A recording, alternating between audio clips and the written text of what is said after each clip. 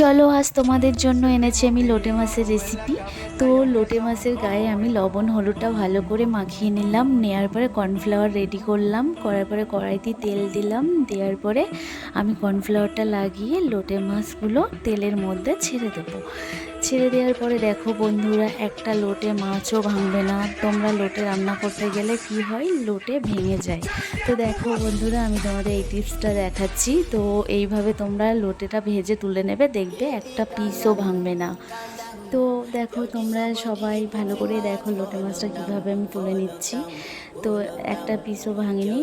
পেঁয়াজ, জিরে, লঙ্কা, আদা, রসুন, এই কটা জিনিস আমি শিলে বাটবো।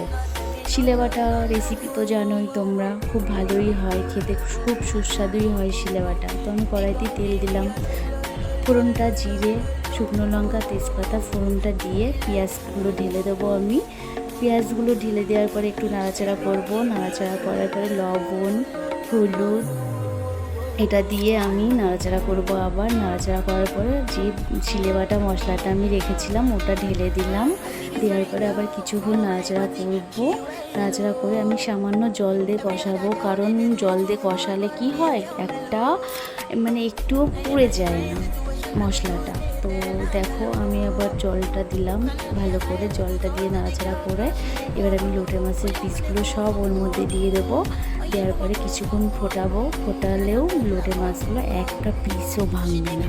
তো তোমরা বন্ধুরা এইভাবেই করবে রেসিপিটা। তো আমি নামানোর আগে একটু গরম মশলা দিয়ে সার্ভ করবো, কারণ এইভাবে করলে বন্ধুরা একটা লোটে মাছও ভাঙবে না। দেখো সব একটা একটা পিস রয়েছে লোটে মাছের। তো বন্ধুরা তোমরা এইভাবেই করবে।